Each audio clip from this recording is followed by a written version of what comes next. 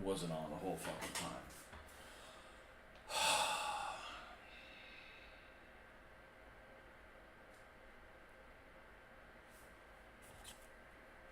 If I had a producer, I'd fire that bitch.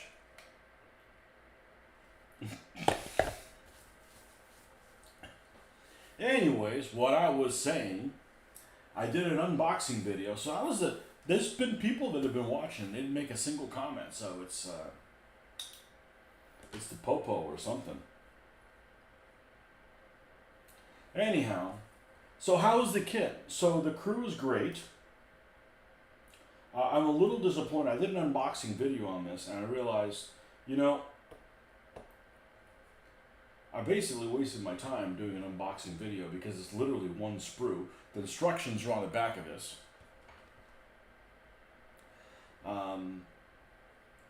And I looked at some of the 88mm kits.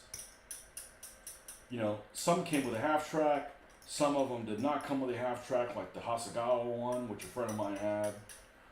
And that one has a very rudimentary crew. I definitely wanted a crew that looked decent.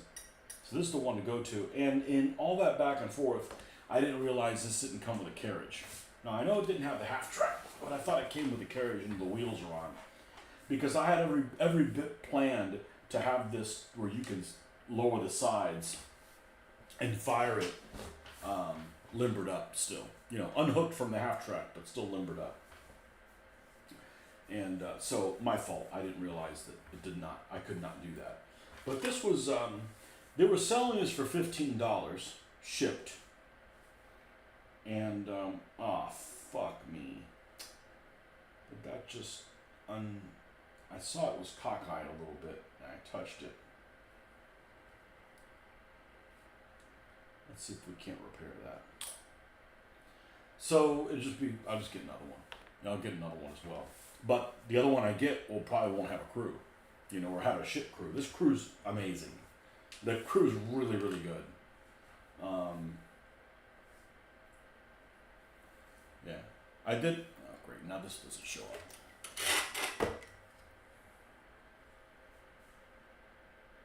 I don't know if you can even see that.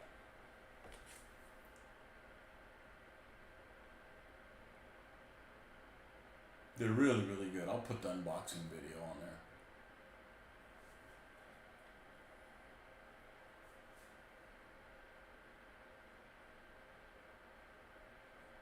I didn't realize it didn't have it.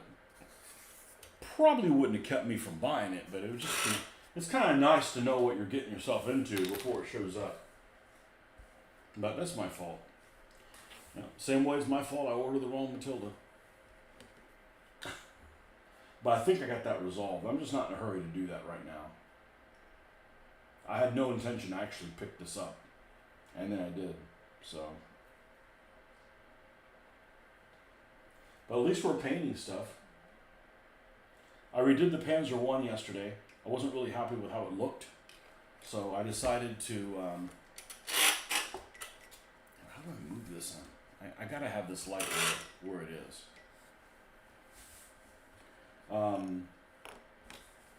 I decided I wanted a little lighter color, so I went over it again, and I might do it yet again, so we will see. But we did black line it, panel lined it. The Italy box set I want to buy, Battle of Arras. Yes, the crew looks amazing, it does. Well, it probably comes with this thing. It comes with, what, 2 Matilda 1s, which is the old Italy kit, and an 88 or something like that. A lot of those things, what look really cool is the buildings. The buildings look really cool on those sets. But every one of those is like $100. But you get a lot of stuff. I mean, even this Stalingrad set, the Monte Cassino one is really, really nice. I just don't like some of those plastic figures of the Eschi figures. They're just these really weird poses. Awkward poses on the old Eschi figures.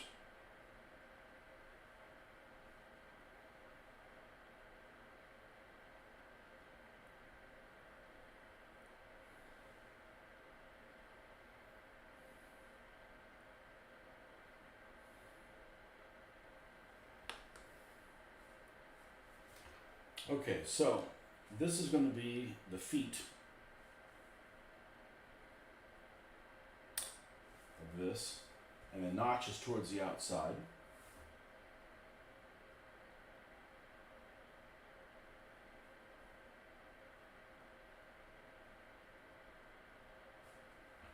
And we'll do the same thing on this one.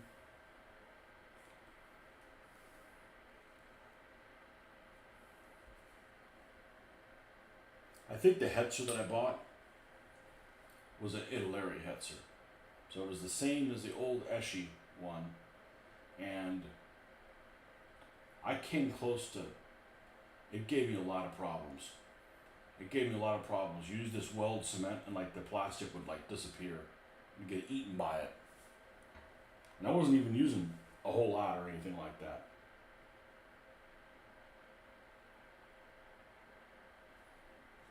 Okay, so this one has this on this side and this one has this on this side. Let's see if I can put these on here without having to glue them in place.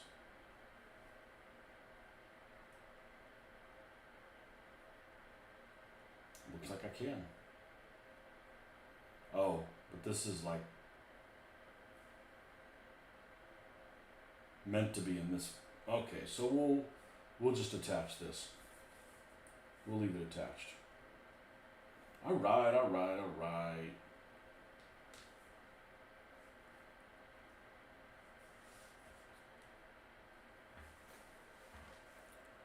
You have hundreds of the plastic figures, but yes, I like the generic buildings 250/3, 88, and then Matildas. There should not be a 250/3 at a Ross. Those guys didn't come out yet.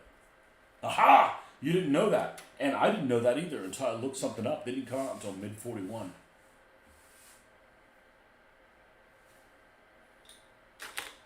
And it would be a good set for that. The 250/1 didn't come out until mid 41. Let's see if that's correct. I will double check it right now. SDKFZ 251. No, 250. Oh, hold on one second.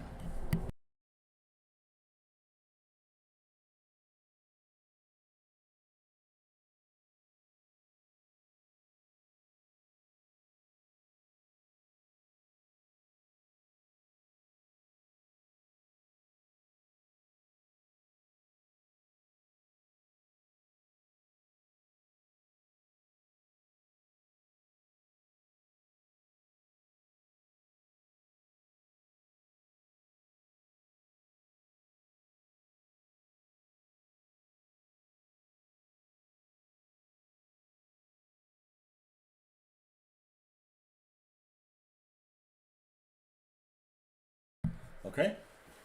Okay, bye-bye. Okay. So, we're going to put a little bit of the drippings here. Oh, 250/0. I just saw that the other day. It actually caught my attention. SDKFZ 250.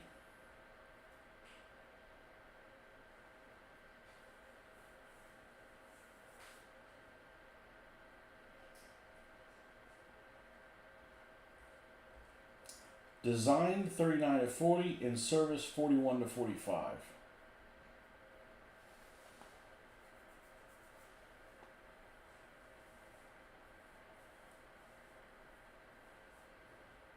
Service history.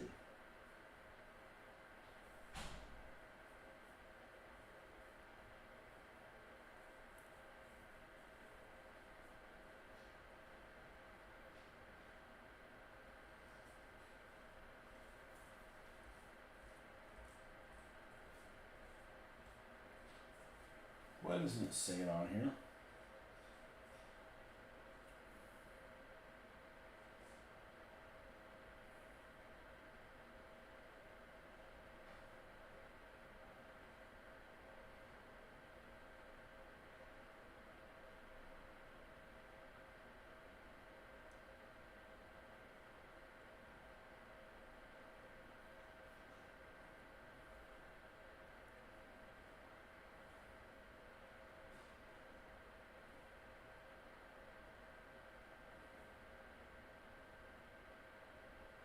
Production. The first SDK of Z250s were produced in mid-1941 due to production delays.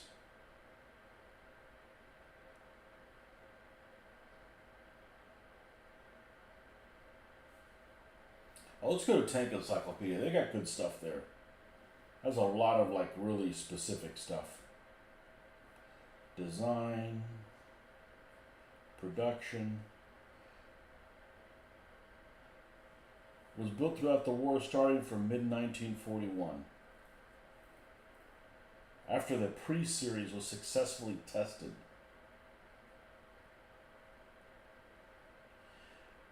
Production figures were for 4041 1030, 1030, 1942 1337, 1943 2893, 1944 1701, and 1945 269. Yep. No Ross for you, pal, but still useful for the desert. Didn't realize that, but the figures are also late war, and I have plenty. All the other things I don't have. Yeah, I like the. There's a set I want to say that has a tiger, a king tiger, and 2 JS2s. That's, I don't know what the hell, a Malinovka or something like that. The Eastern Front one, and the little buildings look cute. But if I'm going to have Eastern Front buildings, they're going to be destroyed. Because, you know, between the seesaw stuff, the brutality, scorched earth, you're not going to have any of these buildings that are just, you know, in good shape. They're just going to be trashed. Okay, now, the meat and potatoes part of it. The business end.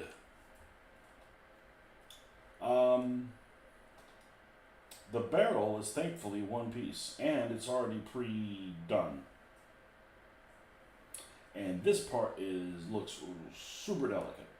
So let's cut this thing off ever so carefully.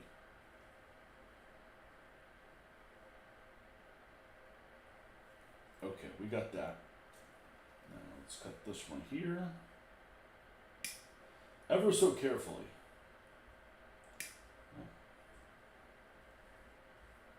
Oh, it's still. There we go. Okay, this has the 2 carriages, 5 and 6 that go around it.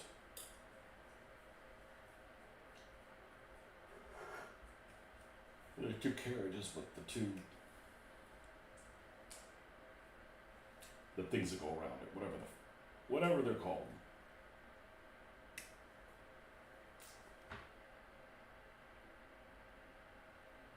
And an 8 and 9.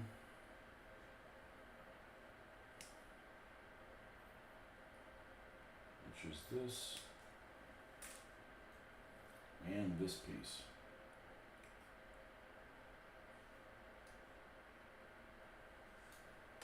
All right. Oh, you forgot to tell you received Chad's prints. Haven't even looked at all of them, but I checked out the Italian car. Amazing work. Italian car? Which Italian car did you get? Did you get an Italian staff car? Hey, come and take me to the battle.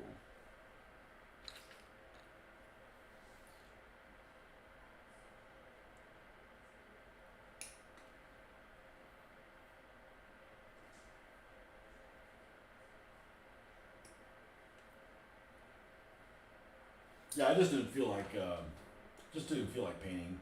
Yesterday I didn't feel like building. Well, I didn't have this also. So.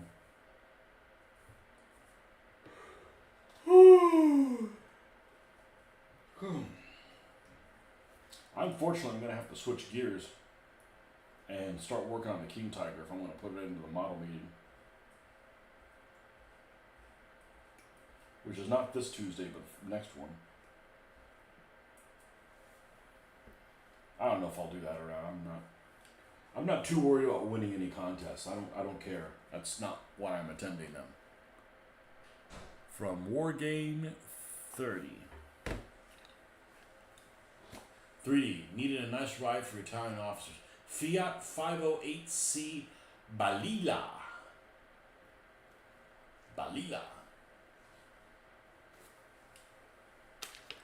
I remember one thing I remember about the Italians is how the Germans were really jealous of the food that they got. They had like canned fruit and stuff like that.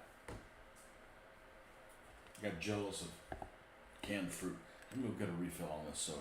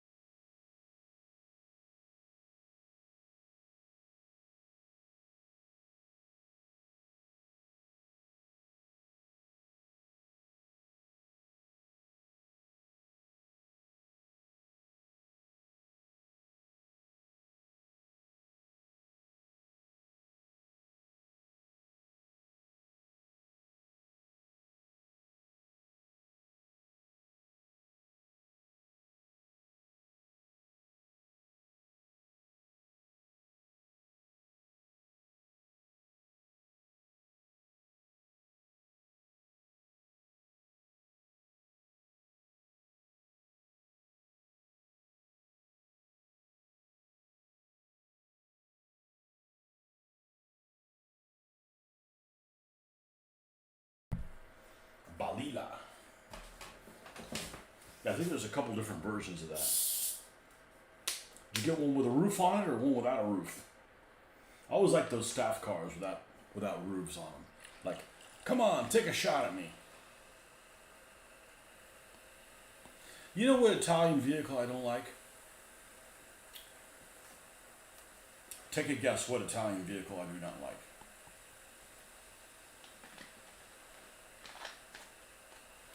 There's a lot of them there. Actually, there's two Italian vehicles I don't like.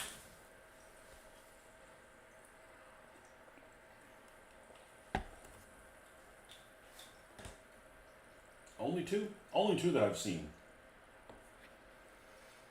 And I mean, I don't like them because they're, lack of attractiveness.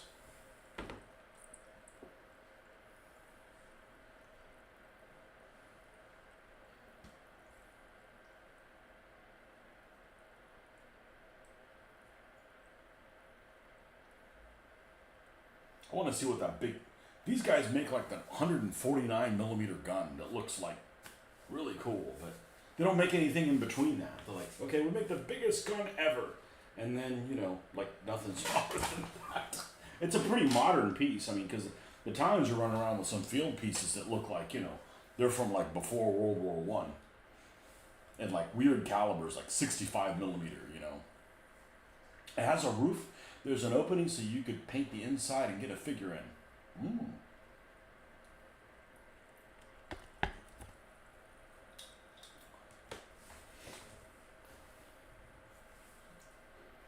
Yeah, I need to. How many trucks do I need for the eye ties?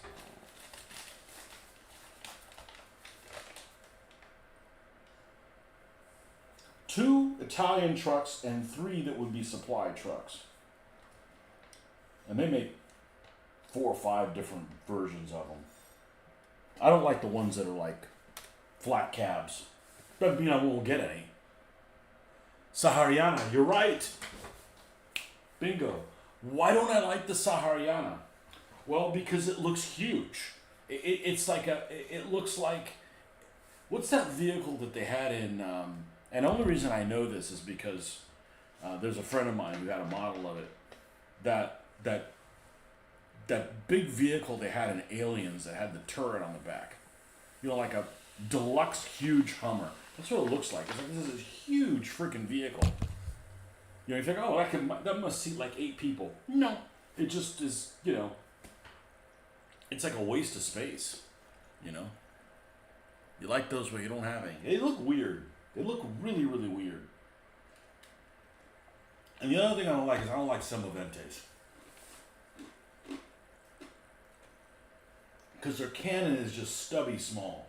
Like, okay, you expect this to be a piece of crap, okay? But that 75 millimeter that was in it was just crummy, I can't imagine You know, everybody gripes how the Italian stuff isn't very good. Look, there's some stuff it can destroy in the desert, but in Russia, you're screwed. You're totally screwed if you're the Italians in Russia. You got no business being there. You know, you can fight off T-26s or whatever, but by the time the Italians show up, all the T-26s are gone. You know, you're dealing with like a T-34. You just can't deal with a T-34. There's nothing the Italians have that could deal with a T-34.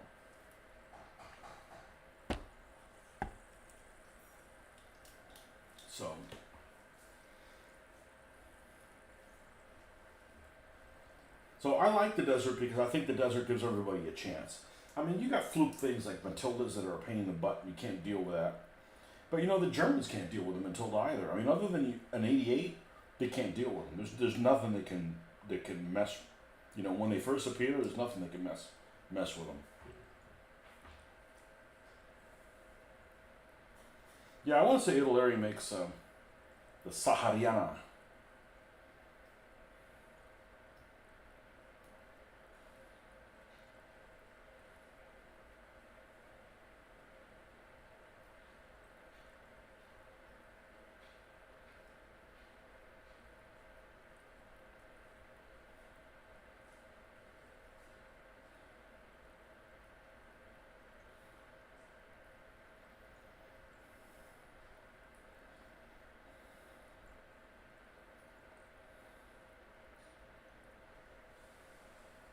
And all those scenarios in that book, there's only 2 armored cars and there's Rolls Royces. So whenever I get armored cars, I'll probably get like 2 Rolls Royces and a couple of Marmon Harringtons. You know, for the early armored cars.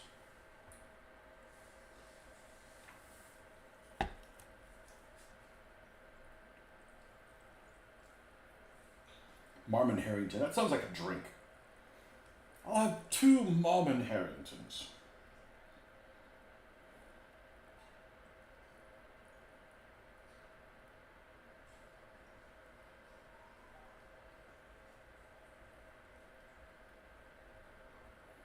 Every nation has vehicles I don't care for.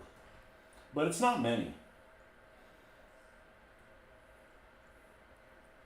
It's really not very many. It's the exception than the rule, for sure.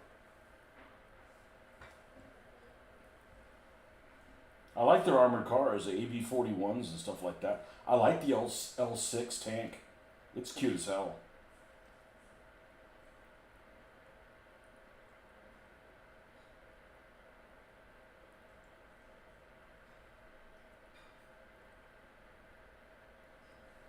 Cute as hell.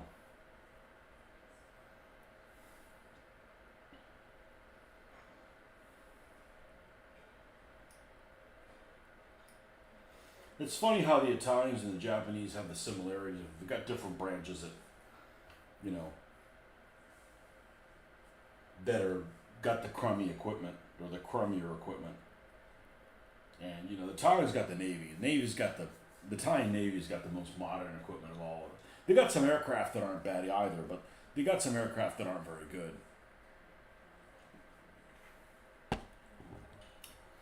Those early armored cars, they look great. Does Chad print those? Yeah. 3D has access to them. So, I have a dilemma, and it's not really a dilemma, but I'll find out, like, this is what I like to do. I like to shop and, like, not buy things. So I'll go like, hey, I need some 2-pounders. Like, who makes 2-pounders? You know? So I know that Zvezda makes a 2-pounder, but their crew all has long pants and long shirts. So I'm looking around like, who has a 2-pounder crew? You know, if I needed to get one like today, who would I get one? You know, and I do stuff like that all the time, and I don't ever pull the trigger on it because, I mean, even if I had them like right now, I wouldn't be, you know, I wouldn't be able to paint them or anything. You know, I just do work something else. But Zvezda does make one, but it's for like 1940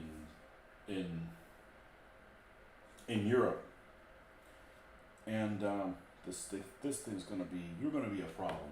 I'll tell you what we're gonna do. We're going to take some stickum, as opposed to steakum, and prop it underneath it. See if that helps provide some support so it doesn't break. Simon Soldiers in Australia makes a crew of them, but they're also long pants. So like, okay, well, if long pants are a thing, and that theirs is specifically for the desert, they have long pants. So I'm probably just going to use this Vesda crew, and they'll have long pants, you know, or at least two of the guys will. Yeah, because it only has a two-man crew. I think it's a third. I think it's a three-man crew. L6 was used on the Eastern Front. It's probably great at taking out like T-37s and T-40s, but that's it. An L6 versus a T-60, you know?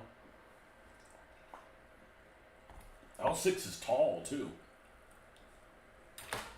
It's a good-looking little tank, I think.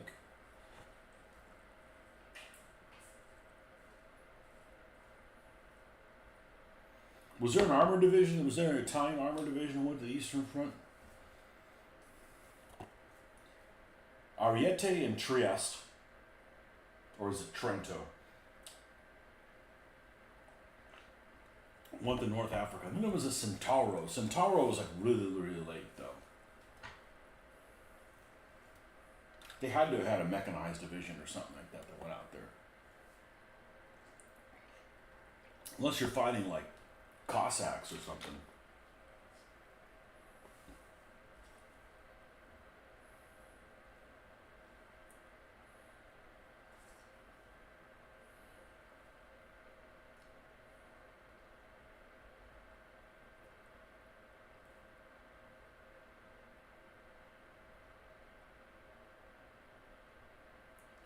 Divisione Centauro.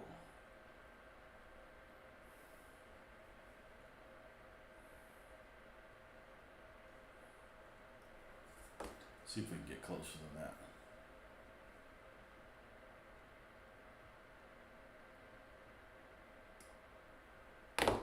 There we go. And which part of this goes on the front? Oh, this goes on the top. Well, I gotta be really careful with it then. We don't want to mess this one up.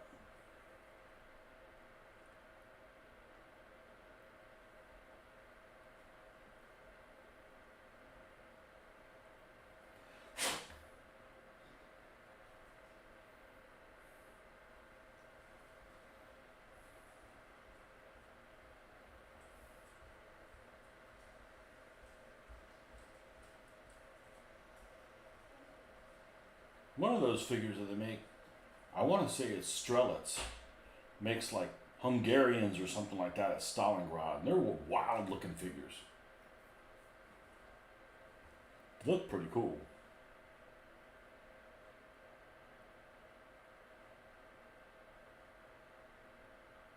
Yeah, yesterday when you interacted with me a little bit, you were the only one. Everybody else was like disappearing or whatever. They must be bots or something because like nobody told me like that the microphone wasn't on today. You know, there was like 3 viewers. Like,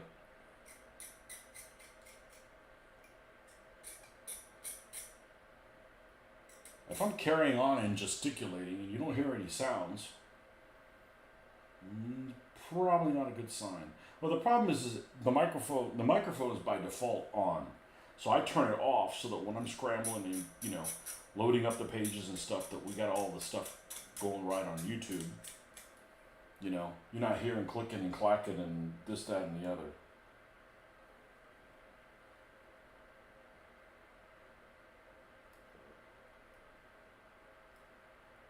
Clicking and clacking.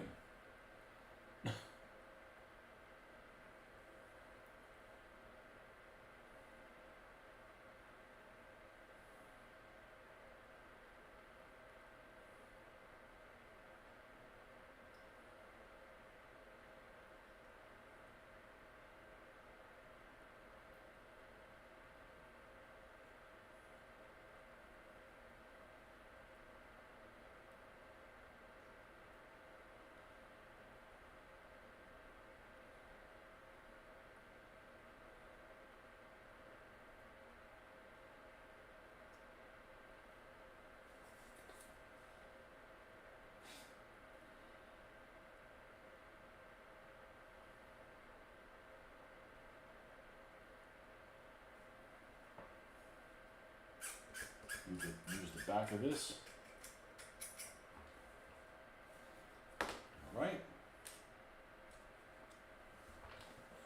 Well, your daughter is almost home from gymnastics. You know what that means?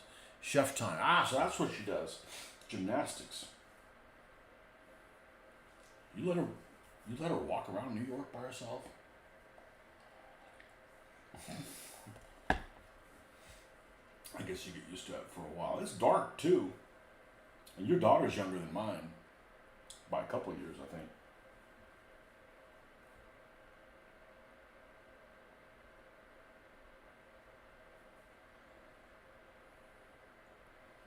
Well, we're still going to put this thing together even if nobody's watching. Even if nobody's commenting.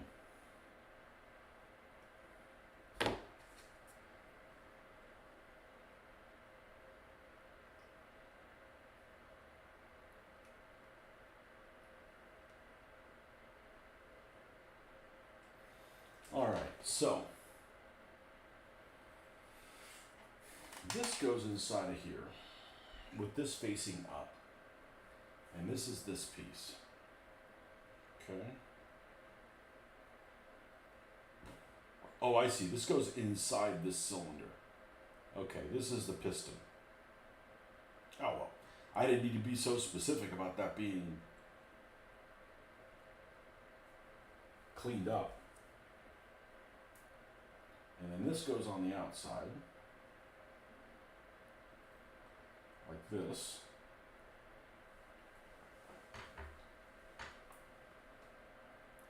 I know, scares you. Yeah, when we were in New York, we were all walking in one group. I didn't feel in danger at any time. But the two girls were up front and I was behind, wearing a long jacket. You know, armed with my keys. But, you know, I'm on Overwatch, you know. And I really liked it. I'd go back again. Other than it was extremely expensive. It was extremely expensive, but we had a good trip. But, man, the food sucked compared to Canada. Oh man, our Canadian trip, the food was just incredible. Like some of the best food we've ever eaten in our entire life anywhere. Like, really, really impressed with that. Yeah, this thing can just press together. And then we'll dribble a little bit of cement in there. And this allows me to, you don't have to decide on how you want to, we'll leave this like a trumpet, like a trombone. Yeah, if you want it fired or somewhere in between.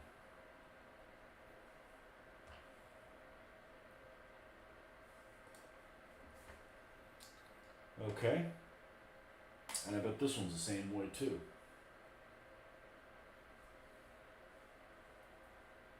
Well, I'm not going to glue it together if I don't need to. Because it's handy if you have to take it apart and like paint different parts.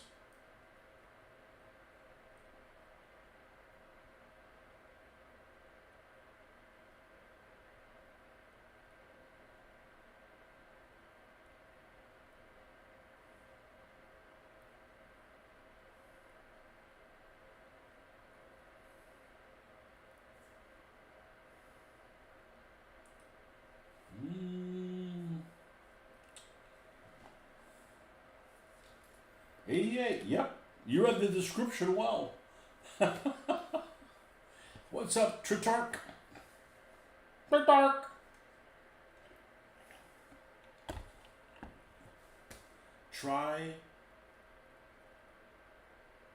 Tritark. Tritark. Which one is it? What's it mean?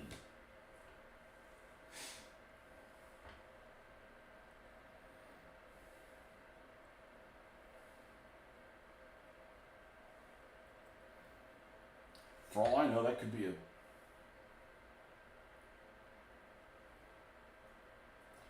be some kind of drug or whatever, and you're like a pharmaceutical rep for Tark. Try Tark. Ask your doctor about Tark. Been busy. Try Tark. Okay. Try Tark, yeah. You get one month for free.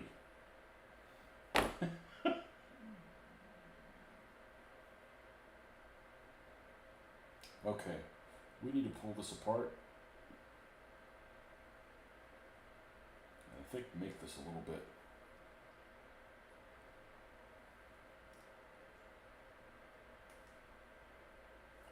So that it fits in there a little easier. Ask your doctor about TARC.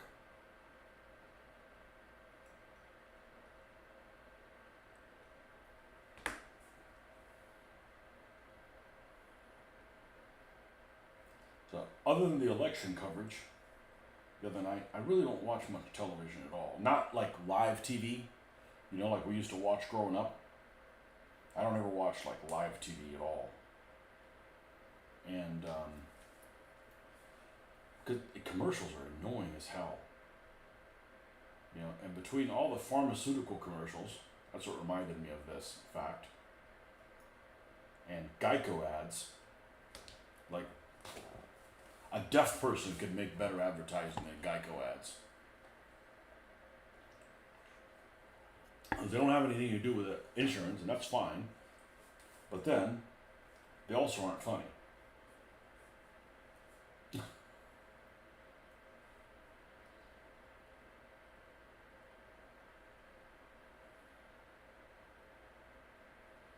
Wow, this is not going together. It's going together, but it's not pushing all the way together. So what I'm going to do is I'm going to cut this thing off, and we're going to glue it.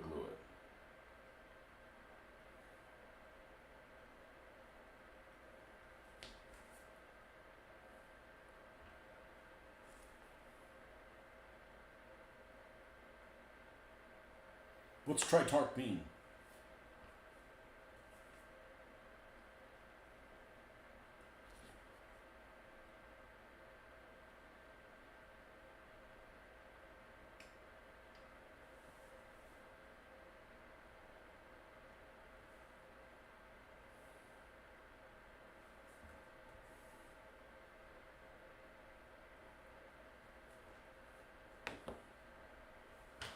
The name comes from tritarchy, the power of three.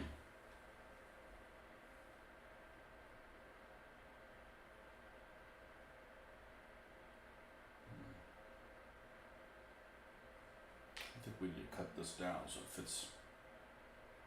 fits up against it. So even this is a simple kit, they require little finaglings, you know, to get everything like to fit flush. You know, I want it to fit right. I mean, and I don't mind doing this.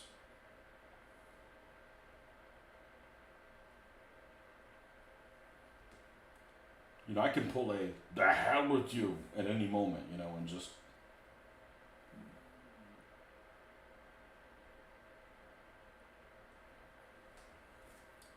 not do that part. This is gonna go here.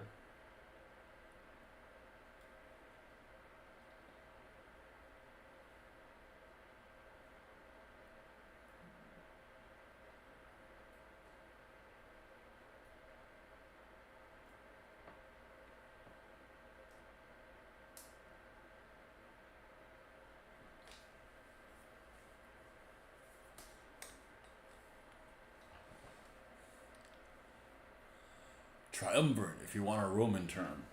Well, Roman terms make fun of me unless it make sense to me unless you're talking about Latin. I figured, oh, Latin ought to be easy. I speak Spanish. How the hell it is?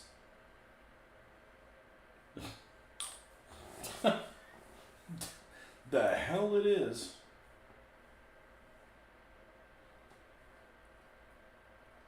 Okay, I think we're gonna need to put these. We're gonna drip these drippings in first.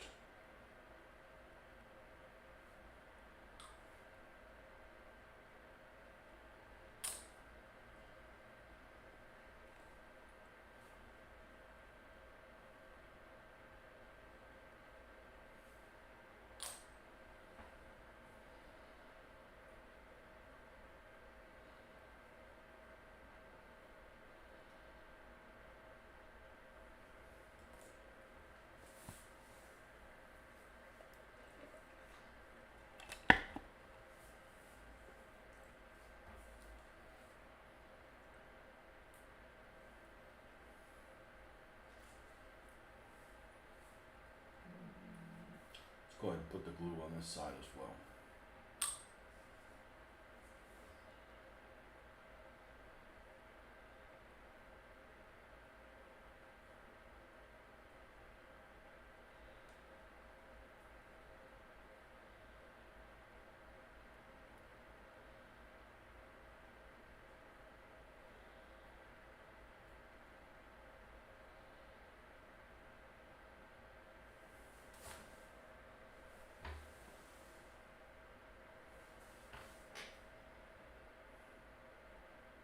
Got a couple seats in it.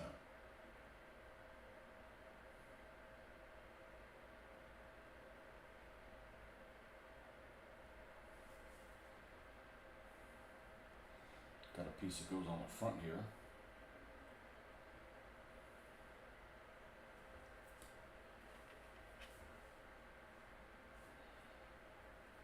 This one right here.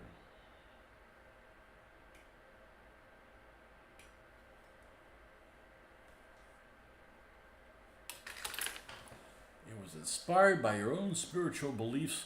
We're a body, soul, and an ego, or whatever. That Well, I don't want to say what you're saying. A body, soul, and an ego, or whatever it is that defines us as a material. Power of three, hence the name. Cool. And you have a little symbol there. Plus, it was an excuse to use this cool picture. I came up with a cute, simple logo that's also a power of three. I don't know how I came up with it. I think I was doodling. I'm gonna do it here for you. I hope it's not some satanic symbol. Nah, it's too simple to be a satanic symbol, but you never know. I'm gonna draw it for you. So you can use it as a logo of your new company. You're not giving me credit for it. Where's this one with the Russian handwriting? I think I was just doodling on the phone.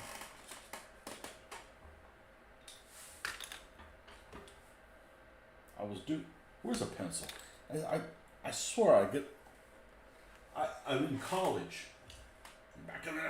Back in the early 90s, I used a mechanical pencil for everything. And then I guess I thought I didn't make mistakes anymore, so I went to Sharpies. And now I'm back to mechanical pencils. Okay, so it is a triangle, but it's not a right triangle, so it's narrower.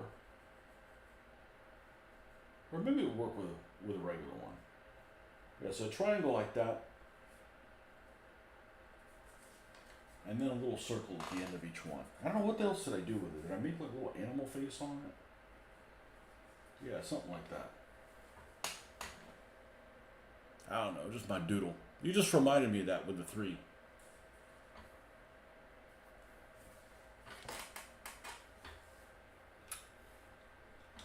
It's the symbol of Satan. I'm like, whoa.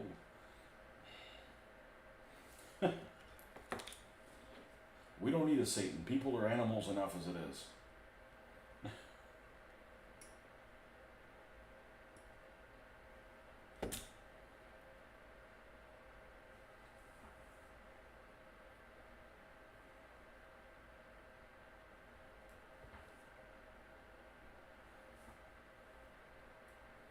Hey, where does this go? Oh, it goes in here.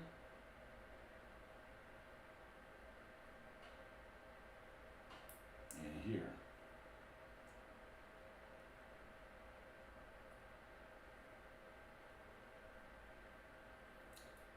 So when this thing lays down, boy, this is like, okay, now we're starting to recognize this as an 88. Okay. But for whatever reason, this piece down here does not want to fit together. It's incorrigible.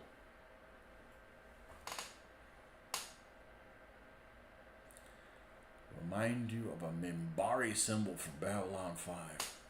So, I don't like science fiction, right? I've mentioned it before. And the reason why is because, well, I don't like fantasy either because sometimes it's just the level of magic use too is just weird. And science fiction has stuff that, maybe like you like the environment, but you don't like the ships, or you don't like the uniforms, or you don't like that it has time travel, or you don't like, what I don't like is I don't like multiple universes. That's dumb as shit. I'm not buying for that. That's too complicated. That makes my head hurt. But I did like Babylon 5. I did like Babylon 5. Back in the day, this one guy that I used to play with. Ooh, that sounds interesting. Hey, that's allowed. We were doing it before it was cool. He would watch. I think Next Generation was on at the same time as Babylon 5 wasn't it? Because he was big in the Next Gen. I don't care for Star Trek at all. I don't care for Star Trek at all. But I like Babylon 5. I really did.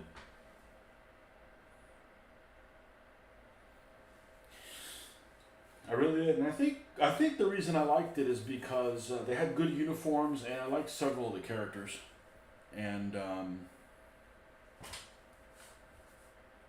always thought some of the Next Generation. I didn't grow up watching the original Star Trek, so the Next Generation one just had a lot of dorky shit in it that I didn't really care for.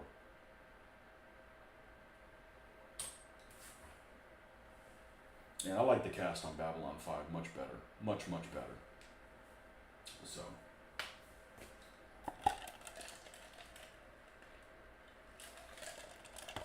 Although I didn't watch till the end. But that's one of those, I could go and, watch it now, but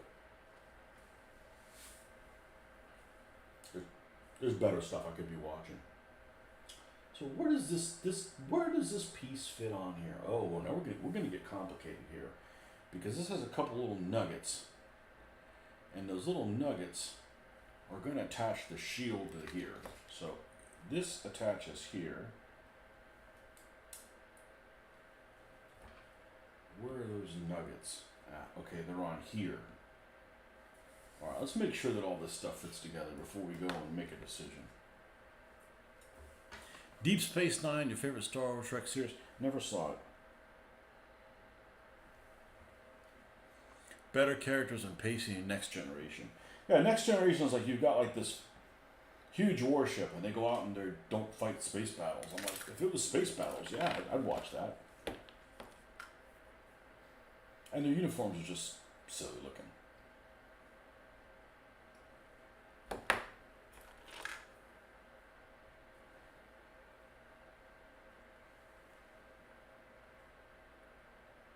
Their phasers and stuff, their weapons are dumb looking. At least Star Wars had some good looking. The Star Wars what I grew up with, at least had some good looking weapons.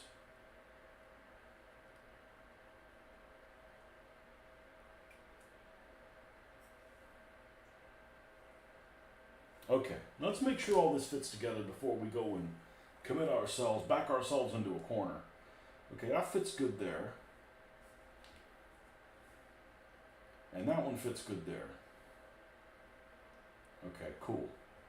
So then this is going to be facing forward, but there's one of those, oh,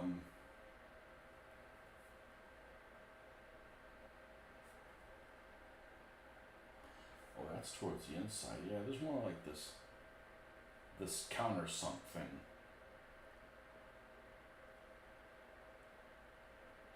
So let's see if we can make that little thing disappear.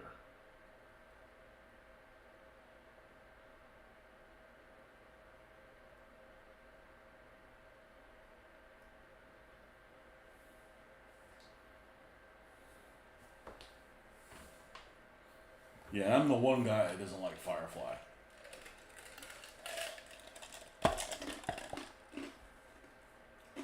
Not a fan of Nathan Fillion. If you're not a fan of Nathan Fillion, it's kind of hard to swallow the whole thing. Yep, it's me. I'm the one person. All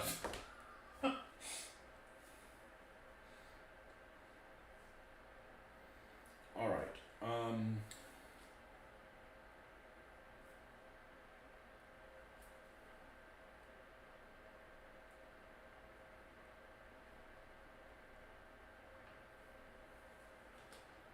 unpopular opinion, as people like to say.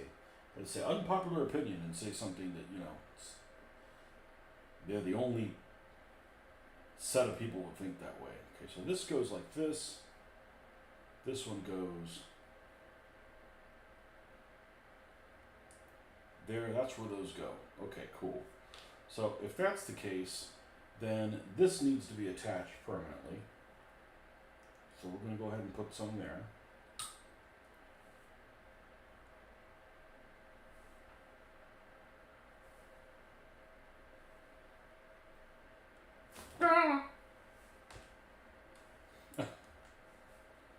As I do all my own stunts.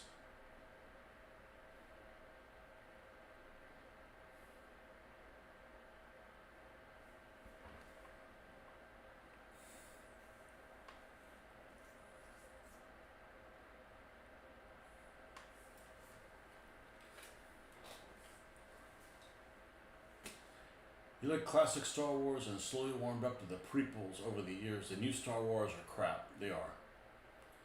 Yeah, the prequels are great compared to the what came afterwards. Firefly was cool, short-lived. I think we all got that one. Unpopular opinion. What's your unpopular opinion?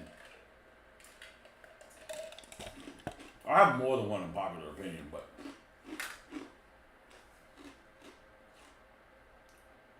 It's okay to have an unpopular opinion. You're better off with that than just being like everybody else.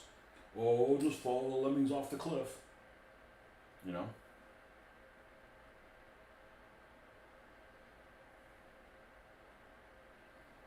What's your unpopular opinion?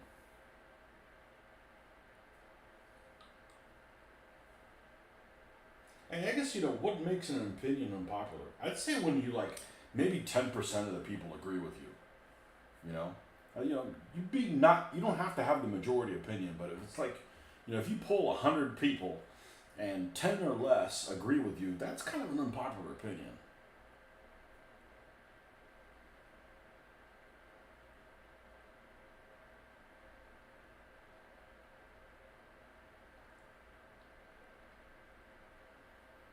My other one is Kelly's Heroes. I don't like Kelly's Heroes. I only saw it one time. I'm willing to give it another shot, but I don't think it's going to work out for me.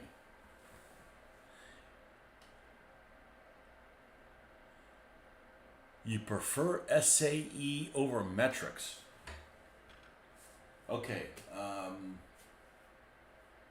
You hate metrics. SAE. You mean like English system? That's got to be what metrics is. SAE. Imperial. You prefer Imperial? Well, let me wait for you to answer that, because I don't want to say if that's what you mean, because I don't know if that's an unpopular opinion. Not in the United States. Certainly not. I don't like metric temperature. And I don't like metric, I don't like metric volume a whole lot, because, I kind of know what a liter is, and dividing into thousands it's just kind of hard to put when something says something visualized, a visualizing thing. But length, absolutely. I am 100% on the metric train for that. Especially if we're talking about kilometers and meters, especially meters. Meters make sense to me. They really do. SAE, imperial measurements, feet, inches, and miles. I think they made a mistake they should have done feet in engineering scale, divided by 10. So an inch would be, a 10, because a foot is perfect. A foot is great as your one unit to be this big. I think that physically is a good size. You just need to divide it by 10. I just hate 3/64ths and that nonsense. 7/32, and I can't handle that stuff. That just makes me want to, makes me sick. I'd rather do metric temperature than that. I don't like those little the tiny scaled things in imperial. But that's not an unpopular opinion at all. Not in the United States. No, I'd say most people in the United States don't like metric. I'd say it's probably, well, I don't know, informal poll, probably 30, 70, 30. Metric is wonderful for engineering, but for day-to-day life, terrible. Yeah, what was worse is, I work in the construction industry. In the year 2000, DOT came out with this new manual where they were going to go metric. But the problem is they went to this soft metric conversion. And what I mean by that is they would figure everything in an imperial, and then they would divide it by, divide it or multiply it by 25 instead of 25.4. So you'd get this, metric is much more precise than imperial, and you would get this vaguish number for, so they were showing you both, but the metric dimension wasn't specific. So you basically were just blowing hot air up your own ass. Like, it wasn't doing any good, So, that's not an unpopular opinion, though. I think you're with most people in the United States. In other countries they look at you like you're stupid or something, but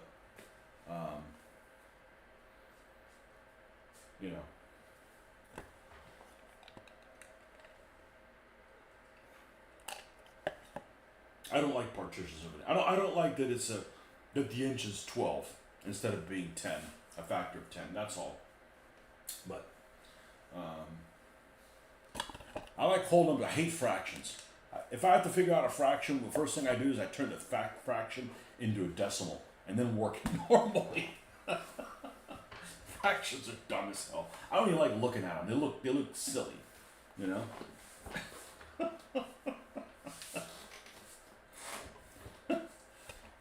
Unpopular opinions. There's gotta be. Alright, we're gonna try my Google foo out here. Unpopular opinions. I bet I can find something on it. Unpopular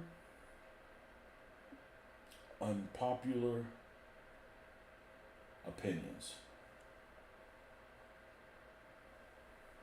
Oh hell, there's a whole Reddit on it. What are some unpopular opinions? What is a hot take or unpopular opinion?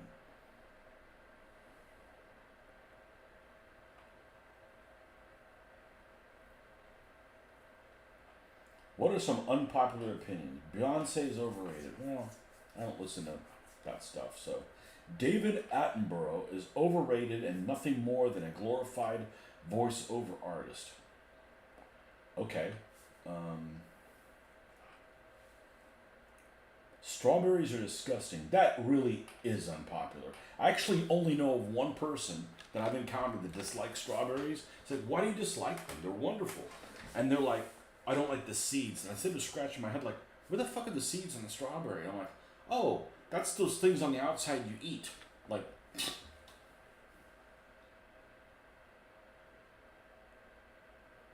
people drink gin because it's trendy. Quentin Tarantino is a hideous person. All famous people are hideous. I'm pretty convinced of that. That's it. More results. French fries taste better when reheated. Absolutely not.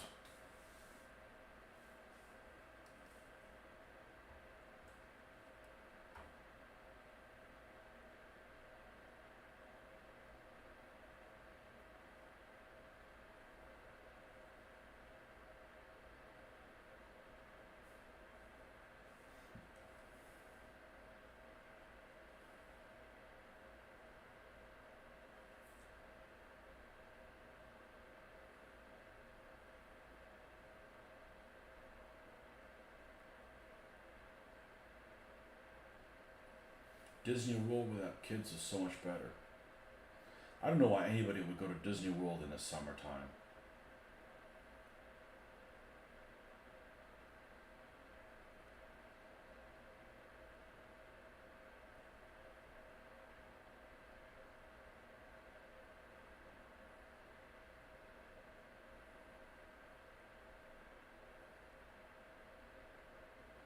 Tom Hanks is extremely unlikable. Flowers are a waste of money. I love the smell of horse manure. That is probably the winning unpopular opinion. Why would you like the smell of horse manure?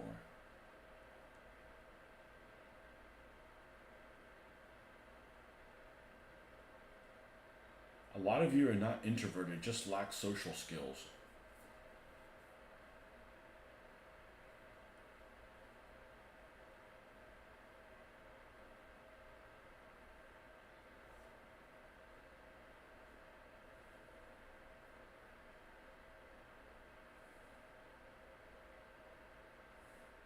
Boy, there's a lot of people here that put a lot of thought on here.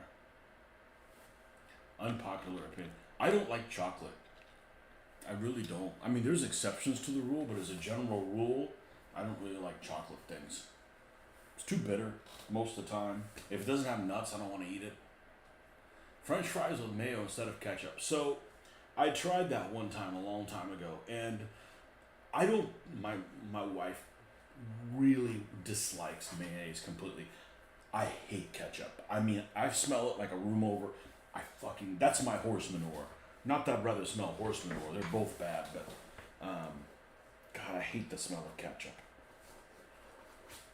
And what I really dislike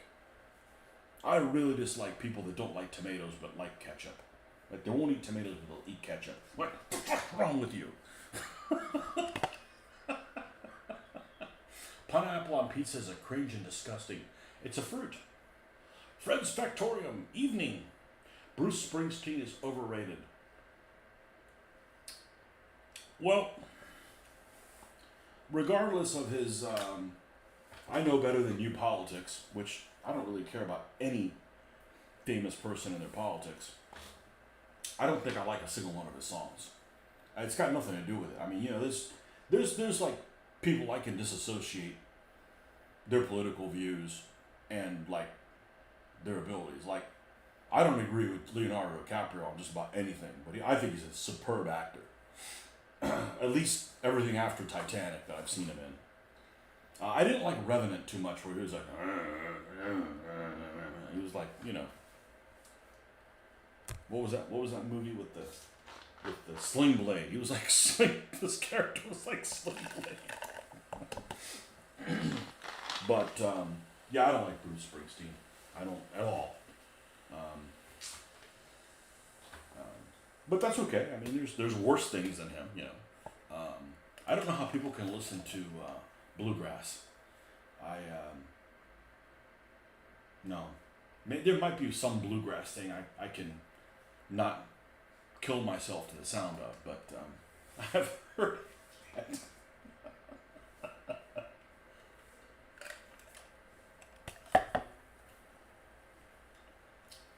I don't really care for musical artists that don't play their own instruments. You know, because like, it's difficult to play a fucking instrument. I know. It's easier than painting figures. No, it's not. This is, you know, now we're all born with certain abilities that certain things are easier than others. It's not just the politics. A lot of people I know think he's one of the best musicians of all time. He's not. Yeah, I don't like his music, you know, so, you know.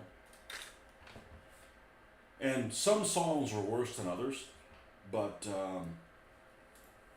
I bet he has a song I wouldn't automatically change the channel to. I can't stand that Born in the USA song. It doesn't go anywhere. And but your taste in music varies wildly. It's like my preference in war games. Well, of all of the different categories of hobbies or things you like, if you've got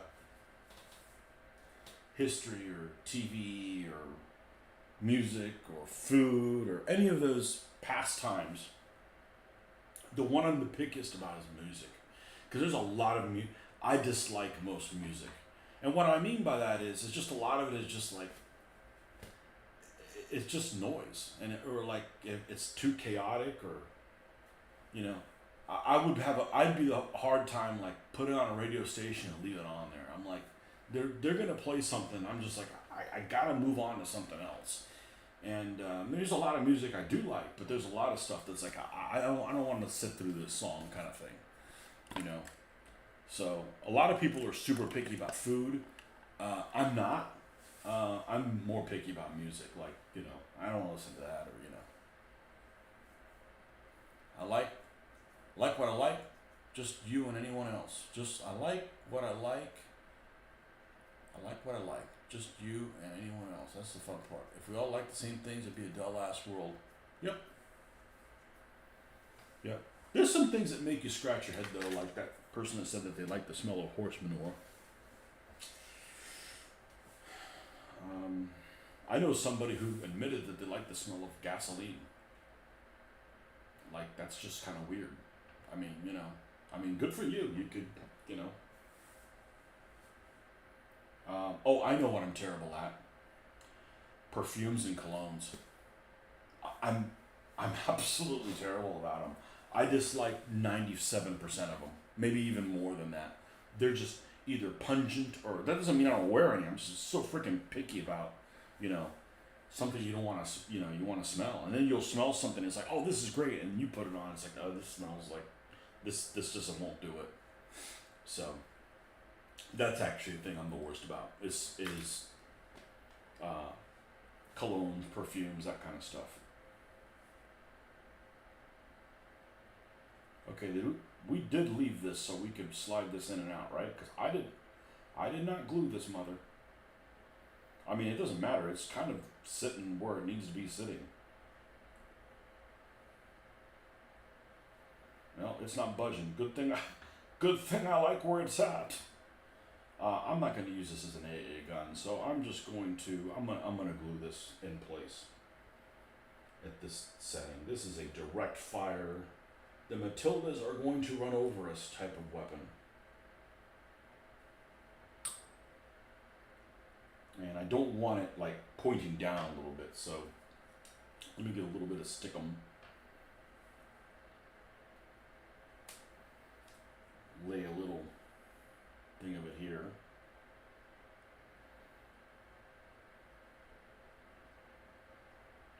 Well, the problem with opinions is some people like, oh, everybody's got an opinion, but if you don't agree with theirs, then you're crazy. People need to be a little bit more tolerant of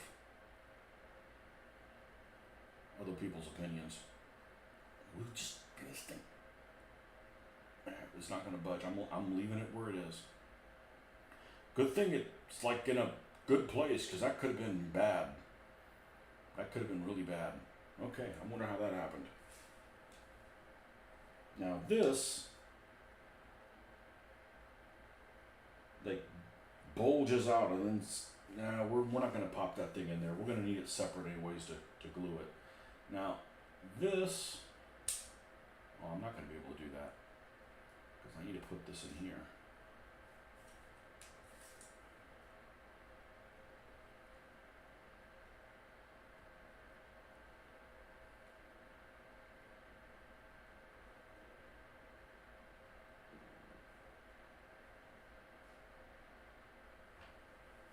Let me see something. It's sticking out about. It's like exactly in the place where it's supposed to be. Or maybe I was under the impression that it had some mobility ability, but it doesn't. It's like stuck in that position. Because it's like stuck exactly where it needs to be. Well, let's go ahead and put these little seats and stuff on there before we put the gun shield on it. We can't reach those things.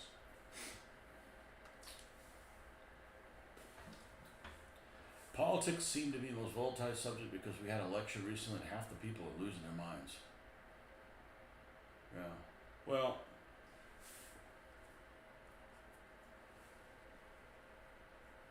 I had my daughter's roommate came for the storm. She came up about a month ago. They evacuated where she was in college, and she came up here. And my daughter's like, don't talk about this and don't talk about that because she could get upset, which I'm okay with.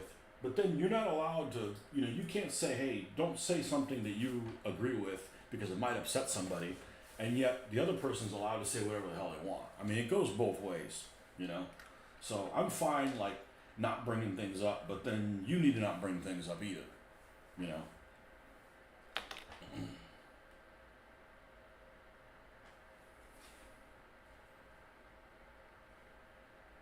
Okay, so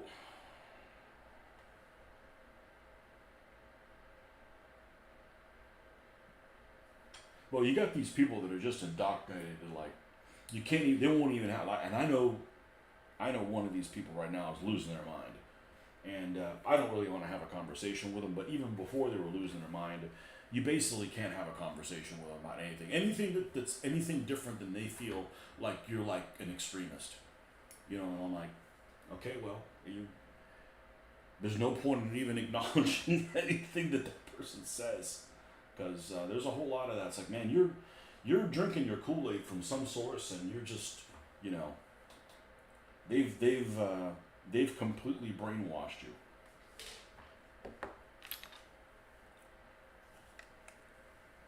The 88 was used for everything. It was. Now, the one thing that's kind of surprises me is it's an anti-aircraft gun, right? So, as a gun of this caliber for anti-aircraft, it would be equipped with. This is me just kind of throwing things out there because I haven't really looked into it. But when guns get to be of a certain caliber, when they're used against aircraft, they end up having ammunition that's not going to be used by them bringing down an aircraft by a direct hit, meaning it is fragmentationary. So it's like a grenade, you know, it's proximity, right? So, you know, you use something like this, a 105, you know, even bigger guns than that, you know, and you got bombers that are coming out. You know, you got to estimate about how high they're going to be, and then use the ammo accordingly to kind of use as grenades, for lack of a better word, right? You're putting them out there, and hopefully there's enough flak, shrapnel that is going to damage the aircraft. It's not like a direct hit with this thing. And I believe the 88 is that way as well. So if you're using this as an anti-aircraft gun, I guess they just decided to have some armor-piercing ammunition just with it, just for yucks, and that, you know, they ended up using as on the fly, because, you know, even in France, they use some of these things as as anti-tank guns. So they must have just had armor-piercing ammunition just kind of laying around just in case. Anti-air, anti-tank, and general fuck you cannons. Bring in the fuck you cannon. Yeah. Yes, anything else. I think the Germans were the only nation with a gun that was good at everything. Well, you know, that's what I was thinking before I was putting this together. You know, the Germans early in the war had two weapons that were kind of really effective. More than anything else anybody else had, and part of it is how they used them, and, you know, I think the Germans got lucky at a lot of stuff, and, you know, they caught a lot of folks with their pants down. And the 88's one of them. The other one's the Stuka. I mean, the Stuka is not a very good aircraft, but, I mean, compared to what everybody else was doing, I mean, you know, how they were using it was pretty terrifying. Now, as soon as you lose air superiority, yeah, you're kind of up a creek, you know, but I'm a little disturbed about why this decided to get stuck in place.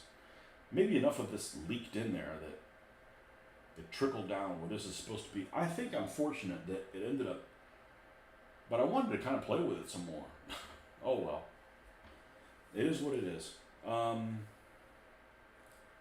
where was that seat that I was cutting off? Oh, I was looking at the seat where to cut the thing off in, so.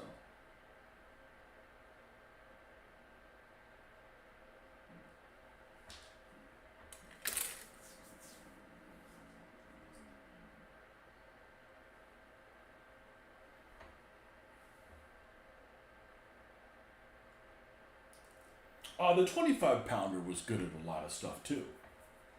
You know, they fired those as open. I mean, it wasn't as powerful as the 88, even though I think they were the same caliber or the same. I believe the 25 pounder was also an 88 millimeter. I think just out of just sheer coincidence. I thought the HE-111 was a good looking bomber because the canopy and wind design. I thought it was a good looking bomber too. You know, almost all of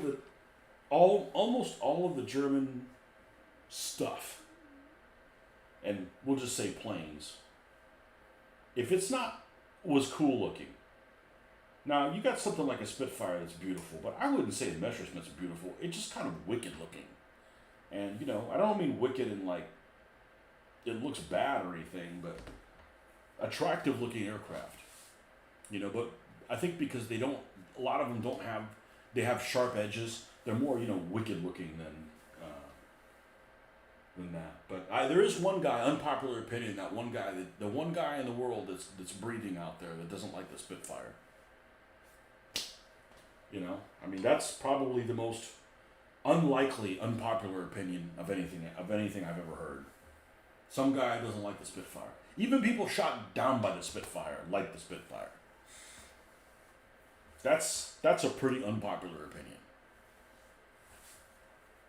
You're biased, but I think American planes are the best looking and best performing. Okay. There's lots of American aircraft I like, and there's lots of them I don't. I do not like the Hellcat. I'm sorry. It's an unattractive plane, in my opinion. Yes, it was really effective. Still don't like how it looks. P-47 is a lot better looking than a Hellcat. And P-47 is freaking huge.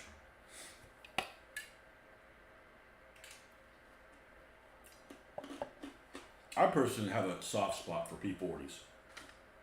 And Air Cobras. I think Air Cobras is...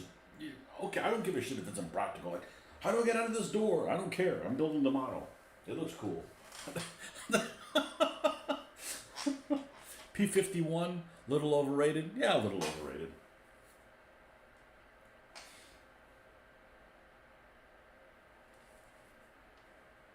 Yeah, I remember way back in the day when I got my first computer in late 90s. I wanted to get a flight simulator. And they just came out with Microsoft Combat Flight Simulator. And there weren't very many planes you could fly. You could fly like an ME-109, a Hurricane. I guess they had a Spitfire too, P-51, I don't remember what it is. But everybody was flying Hurricanes. Everybody, because it could turn the tightest. And I'm sitting there playing this, and I'm like, of all the World War II aspects, the thing I know the least about is the aircraft stuff. Why? Haven't wargamed it.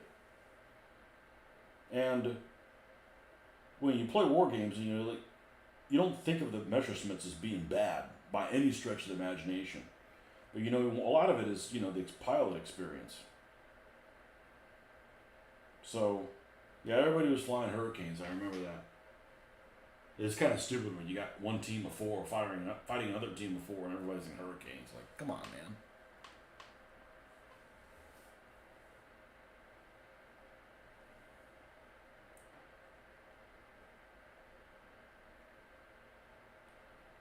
Be very careful with that. Okay. Yeah, I don't like the Hellcats. Sorry. I don't care how effective they were. Yeah, they were effective.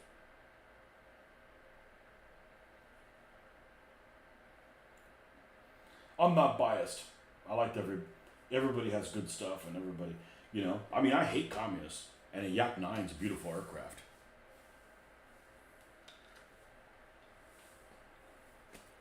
Possibly the best sounding engine.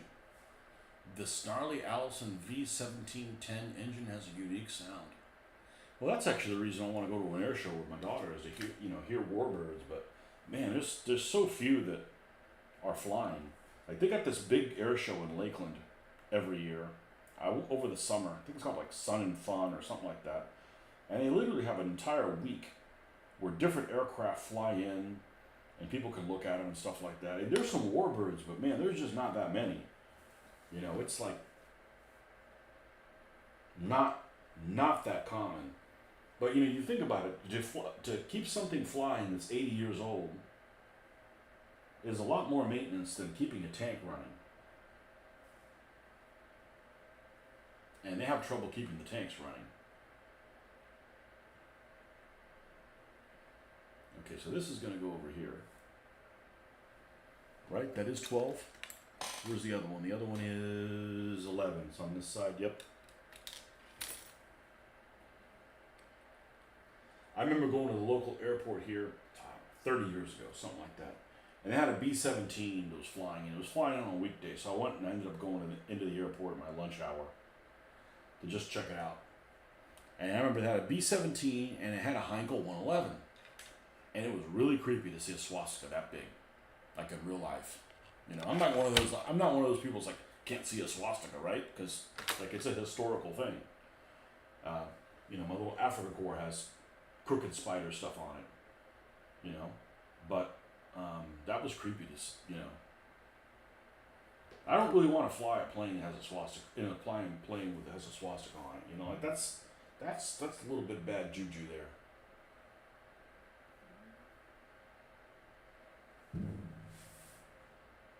That's a bit of bad juju. Okay, so that's that side. And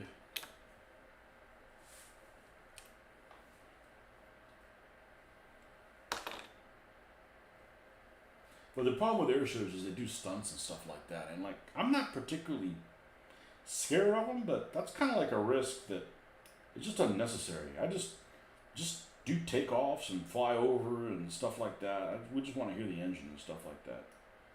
We don't need to do stunts and stuff like that. That's not what I'm there for.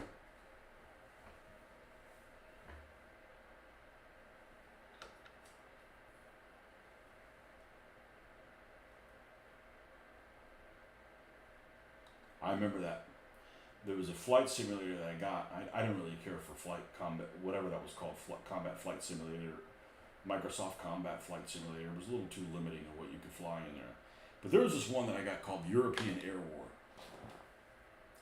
And at the time, my speaker for my computer was 3 parts. I had the 2 little speaker parts that were about that big. You know, Boston Acoustics, I think is what it was. And then it was like a boom, I call it a boom box. It was about maybe this big. And it was about that deep. And it had a hole right in the middle of it. And it was supposed to be down at the bottom. It was kind of like the bass sound.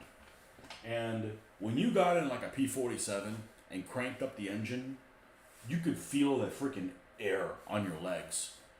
You know, how much it was, you know, pumping the sound through there. It was kind of cool. You could like feel the speed on that.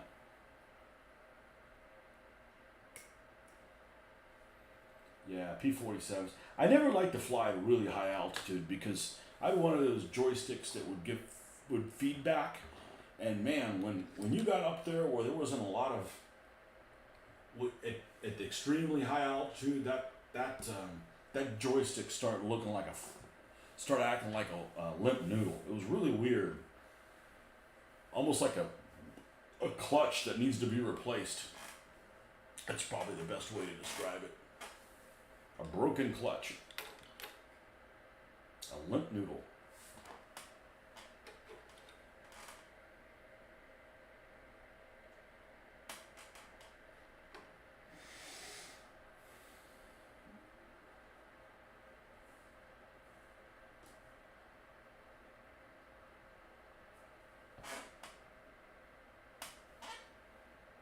Okay, so this one goes like this. I see. Well, is that going to fit in there, or we need to make those holes a little bit bigger?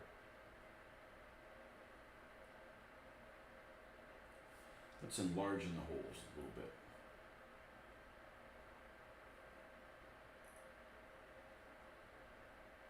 We don't want any issues when we got live glue on here.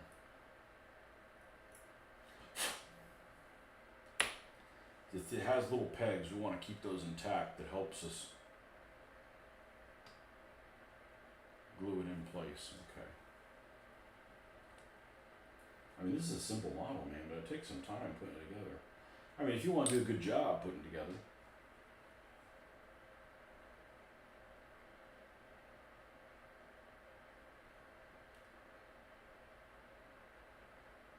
Perfect.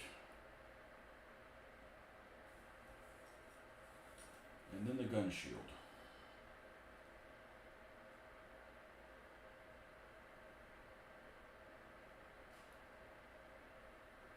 Which really only catches on this part.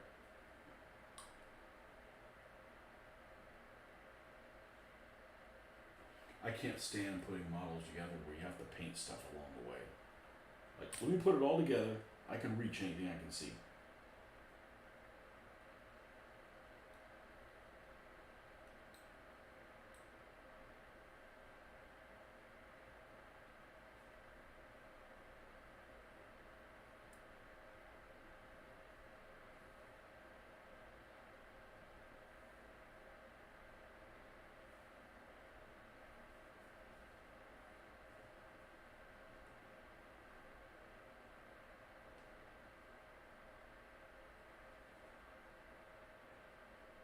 Well, I don't know how somebody's supposed to sit on there if the chair is like that. That's where the gun shield goes. There's no doubt about it.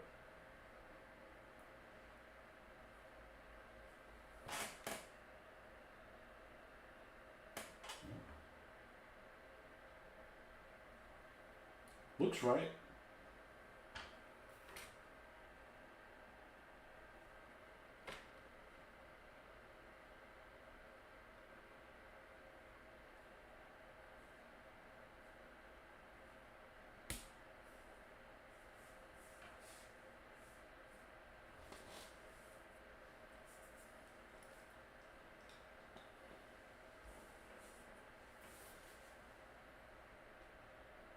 Last haven't been in one in years. Last year's show I went to had Fifi, which was the only flying B-29 left. See, I don't think a B-29 is a very attractive aircraft. My friend who was there almost got us in trouble when he asked, "Is that the rice cooker?" When the B-29 was taken off, he got looks. Well, it was cooking some people that were cooking rice.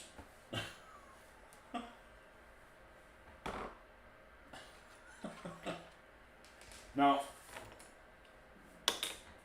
this part, which is the part that would normally attach the barrel in transit,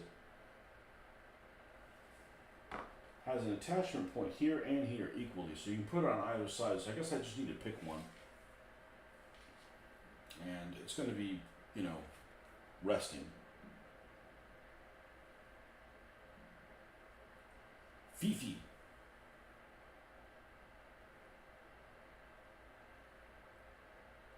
Yeah, the last place with aircraft I went to is that museum they have in outside of DC called Igvar Hazy or whatever the hell it's got. It's got that ridiculous name that nobody can pronounce, right? It's basically the extension of the Smithsonian with a bunch of aircraft in there. And I know aircraft because I used to work at a hobby store, so you can't help but see stuff, And I walked in and I'm like, oh my God, it's a P-26 pea shooter. And the guy I was with was like, how do you know what that is? I'm like, I'm not even the one in the service. I'm like, how do you not know what that is? But B-29 better looking than B-24 better looking than B-29. I agree with you. You know what bomber I think is really unattractive? The B-25. The B-25 just really unattractive about it. Now the B-26 is a good looking plane. A B-26 is a really good looking plane. I'd say of all the ones I can think of right now, the American bomber, it's the best looking is the B-26, without a doubt. It's just sharp looking. Just looks wise.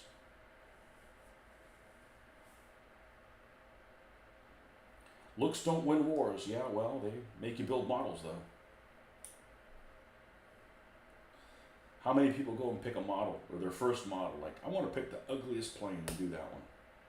Said no one ever. You're breaking your heart over here. You don't like the B-26?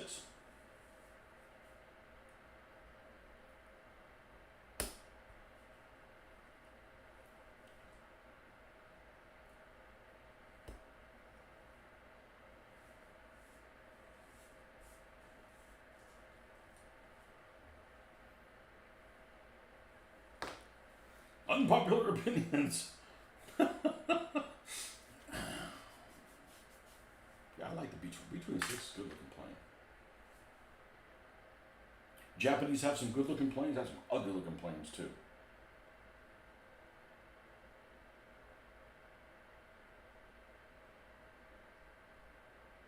You know, a plane I've always liked, Messerschmitt 410. I know it was a piece of shit. I don't care. It looked good. Like it? I like it, but you said you didn't like the B-25. Yeah, I don't like it. Sorry. I don't. I had a model of one. I'm like, I don't really like this plane. You know?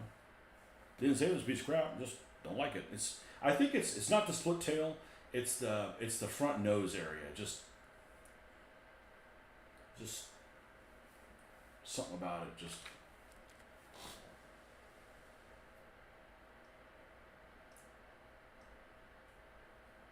I don't think it's the ugly. It's not like it's a flying duck, like that ugly ass truck. B-25 Mitchell.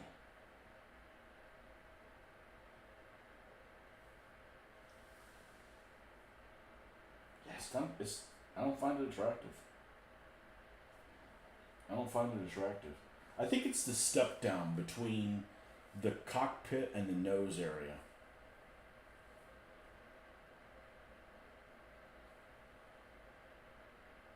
Yeah, I don't like it.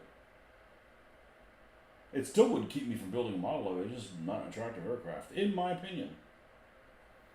It's better looking than a lot of aircraft, but I'm just saying, it's just. It looks alright from this angle.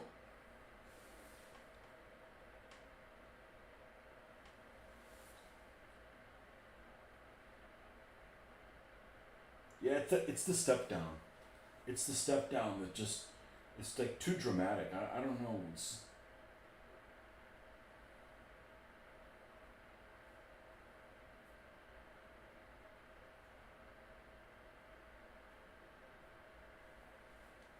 Unpopular opinion.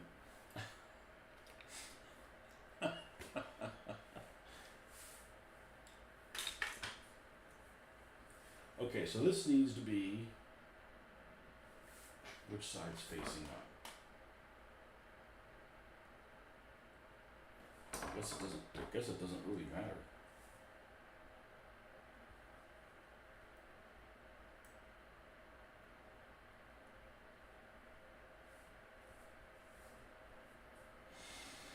Okay, now let's clean up the 88 crew.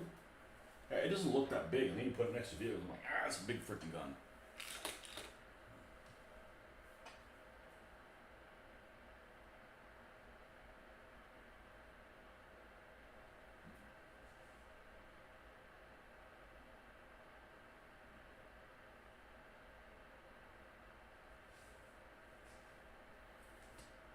And this guy is just sitting by himself. Well, he's just going to be a removable figure because I'm not going to permanently have a guy fixed on the tank, on the gun itself.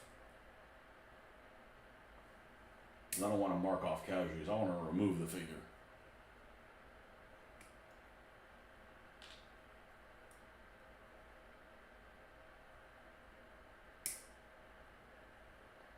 You know, if you go to a Hobby Lobby, I take it you're in the United States probably, but if you go to a Hobby Lobby, which is like the only hobby store we really have here, which doesn't even count, but it is what it is, and you look at what models they have, which is not very many choices. The only Tamiya model I know they have is a Walker Bulldog, which I can't imagine. And people sing the praises of that being a great model for beginners. I would never build a Walker Bulldog.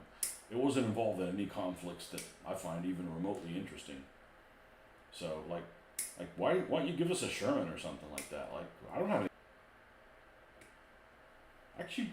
I actually like Shermans. I didn't used to, but I like them. They're like a blank canvas that you can do all kinds of stuff with, and it works.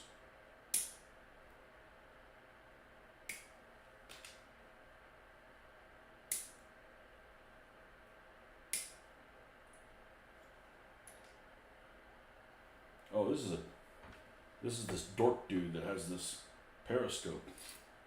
The dork dude.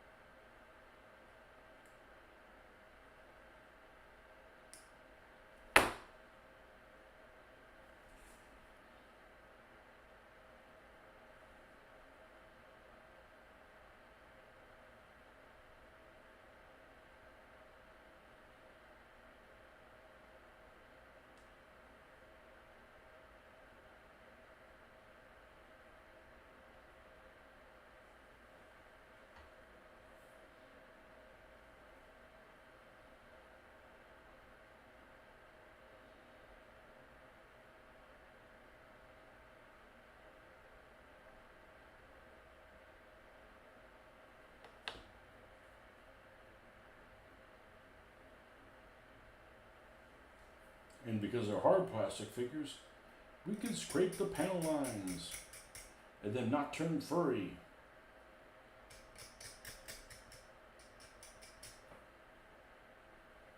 Okay.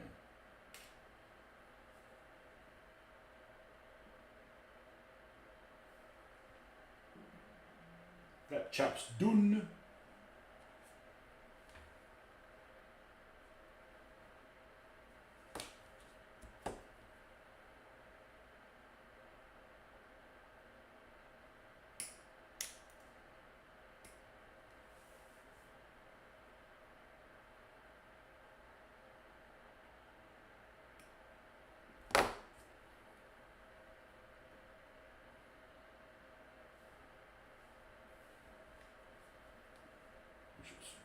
Wish it was Friday. Nope, one more day. I mean, I wish it was the end of the day Friday. Morning Friday is no good.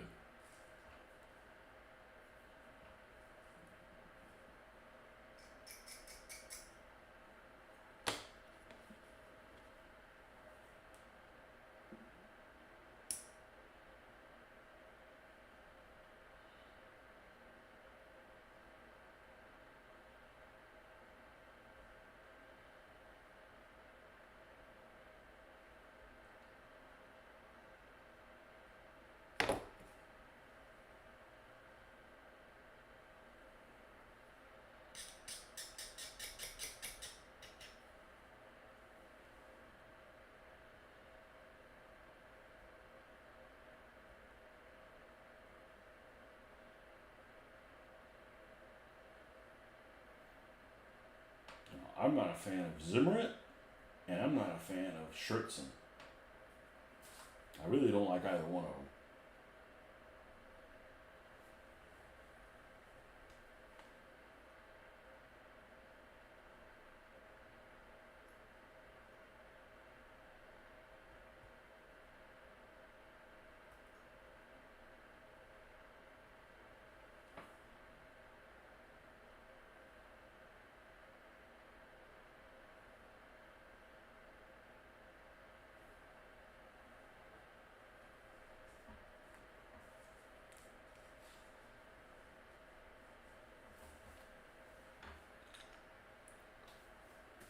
The hardest model I ever built was the Tamiya 1/700 scale of the IJN Fuso. That pagoda style citadel kicked my ass because it had tiny intricate grooves to attach little observation decks on. It was a pain in the ass to get them to fit. Wow, and Tamiya is like the best fitting model company of all. I've only built 2 naval things from Tamiya. One of them was a 1/700 scale Scharnhorst, and the other one was a 1/700 scale Rodney. That was it. Yeah, Fuso. Fuso and Yamashiro are sisters, but they're different. Their pagoda is slightly different looking, and the big difference between them is the center line, the 2 turrets, and they got a ABXY configuration on their main 14-inch guns, but they've got 2 turrets in the middle, and on the Fuso, I believe that one faces forward and one faces back, and I believe on Yamashiro they both face back. If I remember correctly, that's how it is. I had a miniature of the Yamashiro. The GHQ one is the Yamashiro, and I wanted to make a Fuso, so I literally, did some converting on it. Little model, but yeah, those Tamiya things go together really well. So I can't imagine if you do something else that was Aoshima or who else makes them? Does Hasegawa make them too? I think Hasegawa might make them as well. 1/700 scale.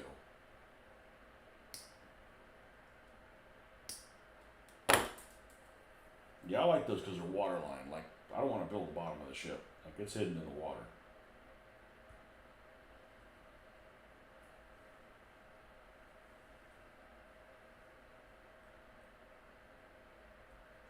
Fuso.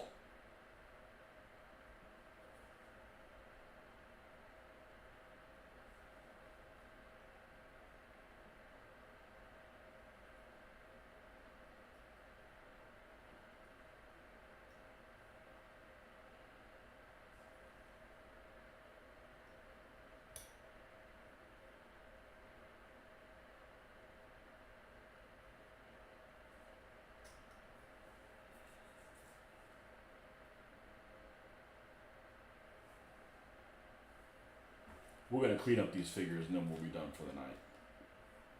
But at least it'll be a stopping point.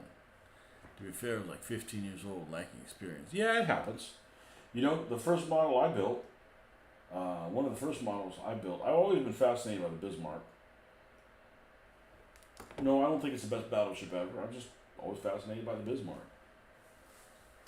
And I had the MPC 1/600 scale Bismarck, which was an airfix kit. But I never saw any airfix kits growing up. They were always subbed on to MPC, at least in this part of the United States. I never saw an airfix kit until much, much later. But I didn't have any paint. You know, when you're a kid, like, oh, it comes molded in gray. Cool, that means I don't have to paint anything gray. Like, okay, if that's the logic, but whatever, I was a kid. And I didn't have any paint other than a paint by numbers set. Somebody had given me for a birthday gift or something. People give those things to you in the 80s. Paint by number set. So it came with those little cups. What do you guys call them in the UK? Pots. Little pots of paint, but it's oil. So like I painted like the deck. Like the deck needed to be painted a wooden color. And it took me, I put it back in my closet to dry. It took like 4 weeks or something like that for it to dry to the touch. Your first model was a snap model of a F4 Phantom II. Mine was a 1/72nd scale Flying Tigers. P40. I like the Tiger Shark mouth.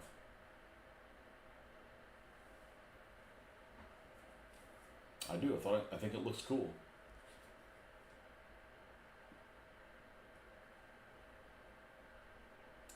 Funny, when I was a kid, you see the markings of the nationalist Chinese, which is that blue and white sun. And I'm a kid. I'm like, what markings are these? I don't know what the hell these things are.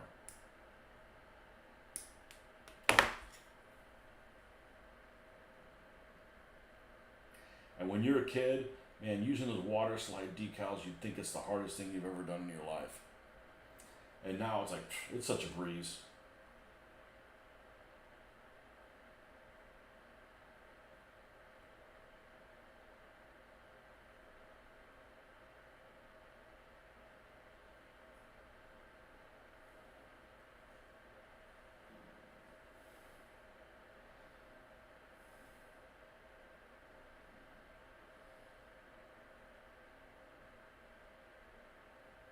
Snap tight.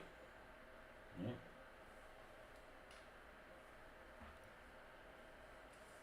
The Offizier.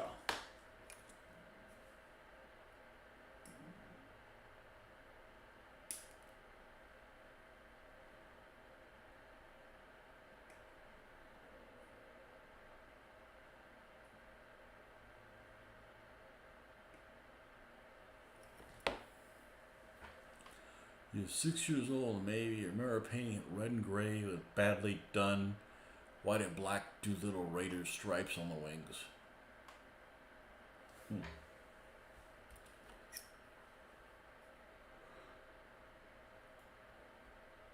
F4 Phantom.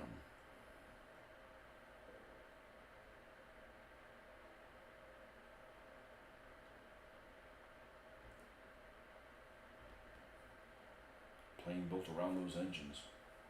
Really powerful engines.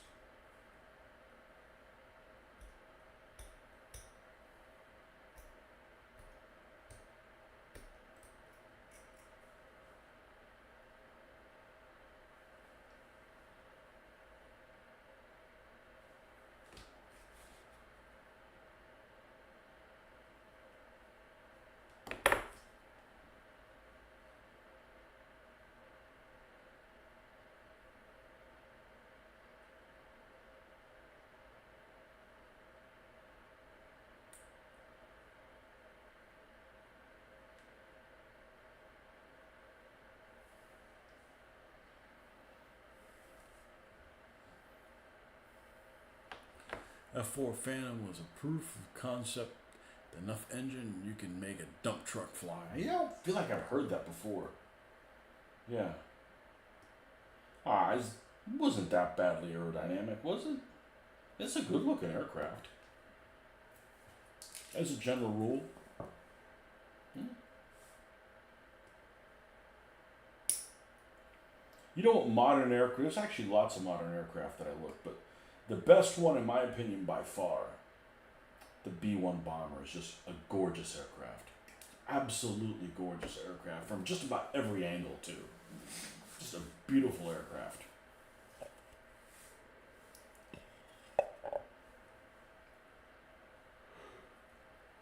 And I always like the F5 Tiger also, or as more commonly known, MiG-28.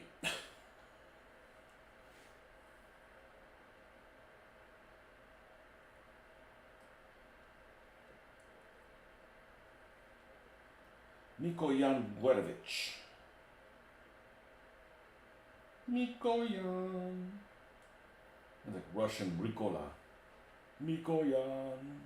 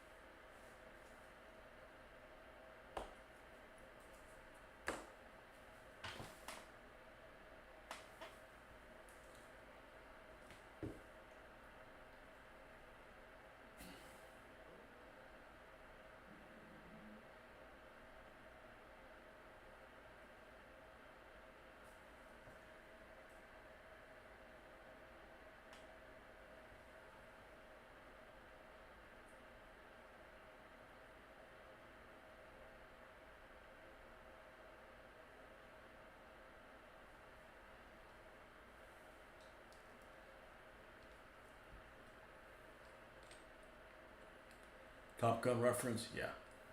Yeah, MiG-28. Go look at pictures of the last version of the F5. It's a really attractive, like F5E Tiger 2. It's a really attractive aircraft. I know it's not very good. I think it was a budget interceptor, wasn't it? It was like this budget plane they created for other nations, and I'm sure some of them still use them. But as far as I'm concerned, it's an attractive aircraft.